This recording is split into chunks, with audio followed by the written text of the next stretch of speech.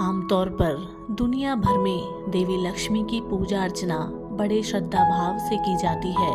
पुराणों के अनुसार माँ लक्ष्मी को धन की देवी की संज्ञा दी गई है। महाराष्ट्र के कोल्हापुर में स्थित एक महालक्ष्मी जी का मंदिर है, जो कि देश के प्रमुख मंदिरों में से एक है।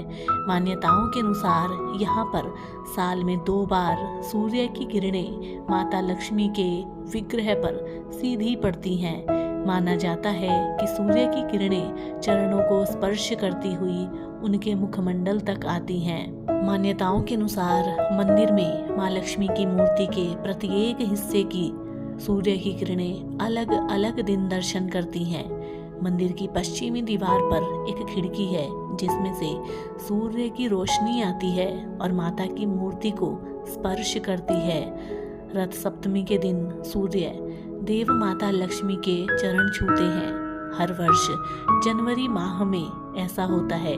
इस विशेष दिन का पर्व 3 दिनों तक मनाया जाता है। पर्व के सबसे पहले दिन सूरज की किरणें माँ लक्ष्मी के चरण स्पर्श करती हैं, दूसरे दिन मध्य भाग को छूती हैं और तीसरे दिन माँ लक्ष्मी के चेहरे को रोशन करती हैं। पद्म पुराण के अनुसार माँ लक्ष्मी का यह शक्तिपीठ युगों युगों से अपने चमत्कार दिखाता आ रहा है और भक्तों पर अपना आशीष लुटा रहा है। मान्यता है कि इस मंदिर में माँ सती का नेत्र गिरा था।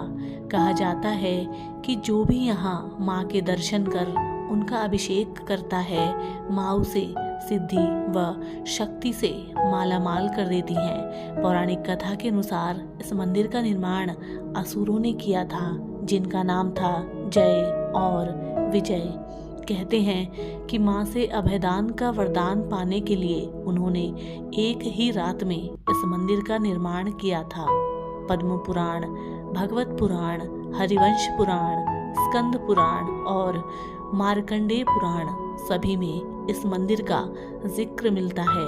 माना जाता है कि इस मंदिर की महिमा उत्तर काशी से कम नहीं है।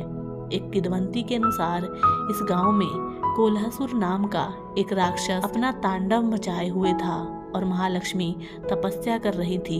जब उस राक्षस को पता चला कि माता के वध करने से उसे मोक्ष की प्राप्ति होने वाली है, तो उसने माँ से वरदान मांगा कि मुझे अमरता का वरदान दो। तभी से माँ ने प्रसन्न होकर उसे कहा कि आज के बाद यह नगरी कोल्हापुर के नाम से जानी जाएगी। मान्यता है कि भगवान परशुराम की इस नगरी में जहाँ माँ विराजती हैं, वहाँ भोलेनाथ और भगवान विष्णु स्वयं पधारे थे। तभी तो कहते हैं, पृथ्वी पर स्थापित इस शक्तिपीठ का महत्व किसी मोक्ष पीठ से कम नहीं, और इसीलिए यहाँ हर शुक्रवार, नवरात्रि और अष्टमी को भारी संख्या में भक्तों की भीड़ देखने को मिलती है।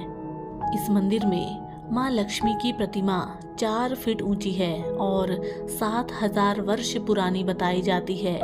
मंदिर में एक दीवार पर श्रीयंत्र पत्थर पर खोदकर बनाया गया है।